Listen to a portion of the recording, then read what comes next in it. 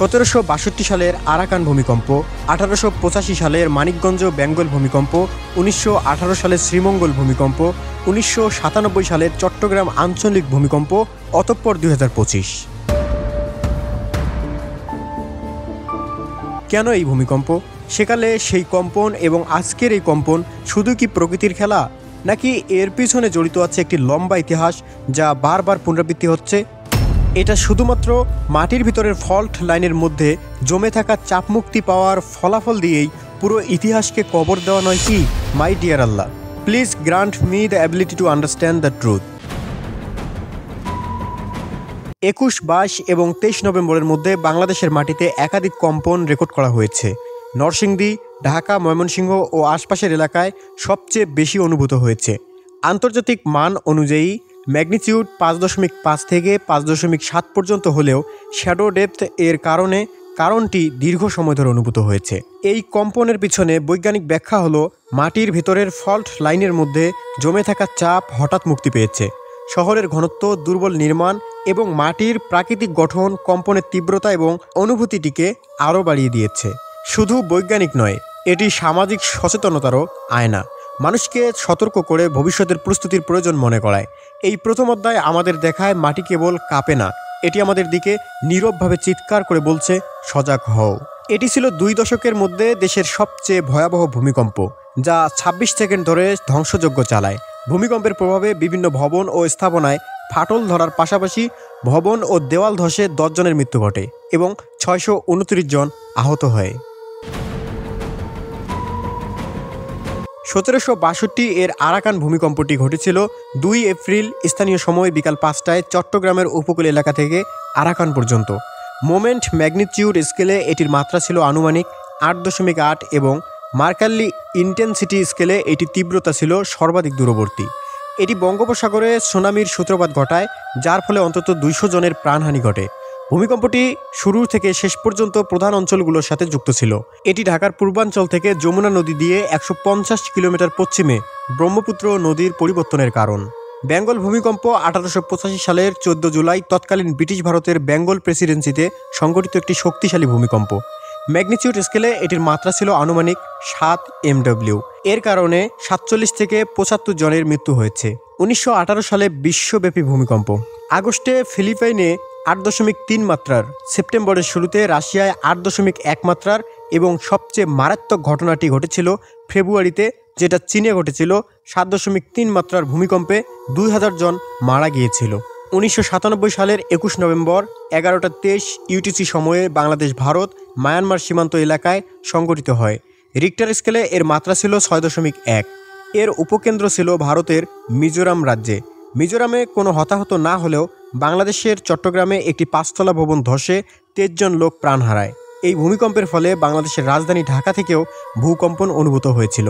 একের পর এক এভাবে ভূমিকম্প আমাদের পিছু না ছাড়ার পিছনে কয়েকটি প্রশ্নের জন্ম হচ্ছে, যার মধ্যে প্রথমটি হলো, এই ভূমিকম্প কি শুধুই প্রকৃতির খেলা, নাকি এটি আল্লাহর নিদর্শন বা গজব? 1762 সালের আরাকান ও চট্টগ্রামের তীরে জীবন ছিল কঠোর। স্থানীয় শাসকরা কর আদায়ে অত্যন্ত কঠোর ছিলেন। দরিদ্র মানুষদের উপর শোষণ চলত দিনের পর দিন। গ্রামের মানুষ চাষাবাদের জন্য জমি ভাড়া নিত, কিন্তু করের বোঝা এত ভারী ছিল যে অনেক সময় পণ্য বিক্রি করেও তারা সম্পূর্ণ দেনা মেটাতে পারত না।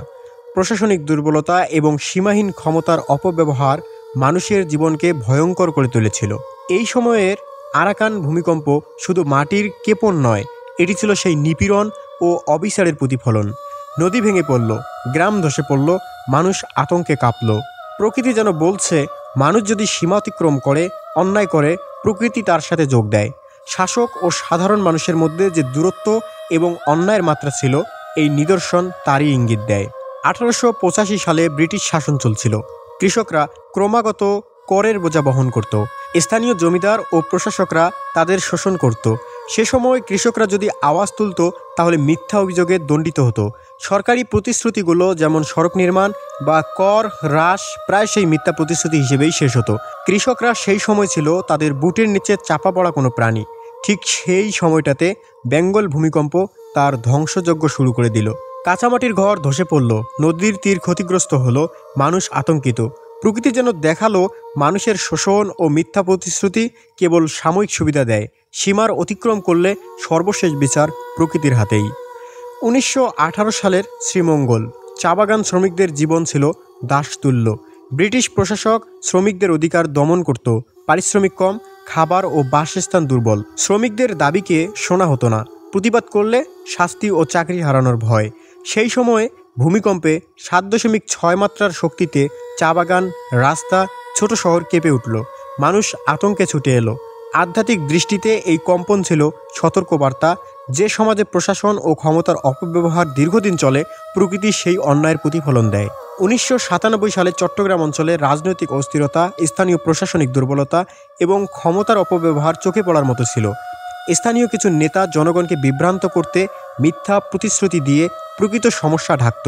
সরকারের অনিয়ম ও দুর্বল নজরদারি মানুষকে নিরাপত্তাহীনতায় ফেলত। 97-এর সদ্য ঘটে যাওয়া রাজনৈতিক প্রহসন সম্পর্কে আমরা সকলেই অবগত। ভূমিকম্প 6.1 মাত্রার শক্তিতে শহর কেঁপে উঠল, জনগণ আতঙ্কিত। স্থাপত্য ও সামাজিক নিরাপত্তার দুর্বলতা এই কাঁপনকে আরও ভয়ানক করল। আধ্যাত্মিক দৃষ্টিতে এটি ছিল নিদর্শন, প্রকৃতি মানুষের সীমালঙ্ঘন ও সামাজিক অন্যায়ের প্রতিফলন হিসেবে। এবার চোখ ঘোরাই আধুনিক ঢাকা ও নরসিংদী, ময়মনসিংহের দিকে।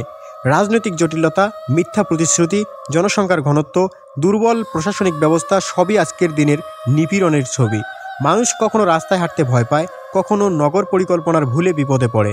সাম্প্রতিক 4টি কম্পন 5.5 থেকে 5.7 ম্যাগনিটিউডের শুধু ভূতাত্ত্বিক নয়, এটি নিদর্শন মানুষের সীমালঙ্ঘন, রাজনৈতিক প্রতিশ্রুতিভঙ্গ, সামাজিক অব্যবস্থা আর মানবতার দুর্বলতার আভাস। কোরআন স্পষ্ট, মানুষ যখন জুলুম ও অন্যায় করে, সীমা অতিক্রম করে, তখনই নিদর্শন আসে আল্লাহর পক্ষ থেকে। ইসলামে একটি মৌলিক সত্য আছে, প্রকৃতির ঘটনা হলো কওমের বিরুদ্ধে শাস্তি অথবা সতর্কবার্তা।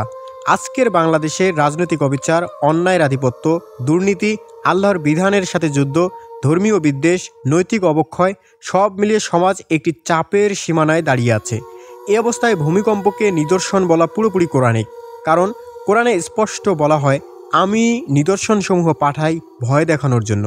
সূরা ইজরা 59। কোরআনে ভূমিকম্প এর উল্লেখ কয়েকবার এসেছে। কওমে সামুদ, অহংকার, আল্লাহর নবীর সঙ্গে বিদ্রোহ, সীমালঙ্ঘন ও জুলুম, সত্যকে অস্বীকার, তাদেরকে ভূমিকম্প আঘাত করল। আরাফ 78। কওমে মাদিয়ান, অন্যায় ব্যবসা, পরিমাপে কম দেওয়া, প্রবল দুর্নীতি, সামাজিক অন্যায়, ঈমান ও ন্যায়ের বিরুদ্ধে বিদ্রোহ এবং ভূমিকম্প তাদেরকে ধরে ফেলল। আনকাবুত 37। এটা বাংলাদেশের জন্য বিশেষভাবে প্রাসঙ্গিক, কারণ এখানেও দুর্নীতি, অন্যায় এবং নৈতিক অবক্ষয় সবচেয়ে বড় সংকট। মহানবী সাল্লাল্লাহু আলাইহি ওয়াসাল্লাম বলেছেন, যখন কোনো জাতিতে অশ্লীলতা ছড়িয়ে পড়ে, তখন ভূমিকম্প ও প্লেগ বা দুর্যোগ বেশি হয়। আজ বাংলাদেশ অশ্লীলতার শীর্ষে পৌঁছে গেছে। তাহলে আজকের ভূমিকম্প কোন শ্রেণীতে পড়ে? একজন গবেষক হিসেবে আর একজন ক্ষুধাভীরু মানুষ হিসেবে আমি এটাকে বলবো গজব নয়, বরং গজবের আগের সতর্কবার্তা। কারণ আজকের বাংলাদেশ জুলুম, দুর্নীতি, নৈতিক পতন, অশ্লীলতা, দুরাচারের সীমায় পৌঁছেছে। সমাজ নিষ্ঠুর ও বিভক্ত, সত্য লুকিয়ে আছে, মিথ্যা রাষ্ট্রীয় পর্যায়ে দাঁড়িয়ে গেছে, মানুষ আর্তনাদ করছে। এই অবস্থায় ভূমিকম্প কোরআনিক ভাষায় একটি ধাক্কা, একটি সতর্কবার্তা, একটি দরজায় কড়া নাড়া। যখন সমাজ অন্যায়ের চূড়ায় দাঁড়ায়, তখন শুধু মন নয়, মাটিও কেঁপে ওঠে। এ ভূমিকম্প হয়তো গজব নয়, কিন্তু নিদর্শন, হালাল হারাম ভুলে যাওয়া এক জাতিকে আল্লাহর নীরব ডাক। আল্লাহ পাক বলছেন, ও মানুষ, কিসে তোমাকে তোমার মহামহিত রব থেকে দূরে সরিয়ে নিয়ে গেল?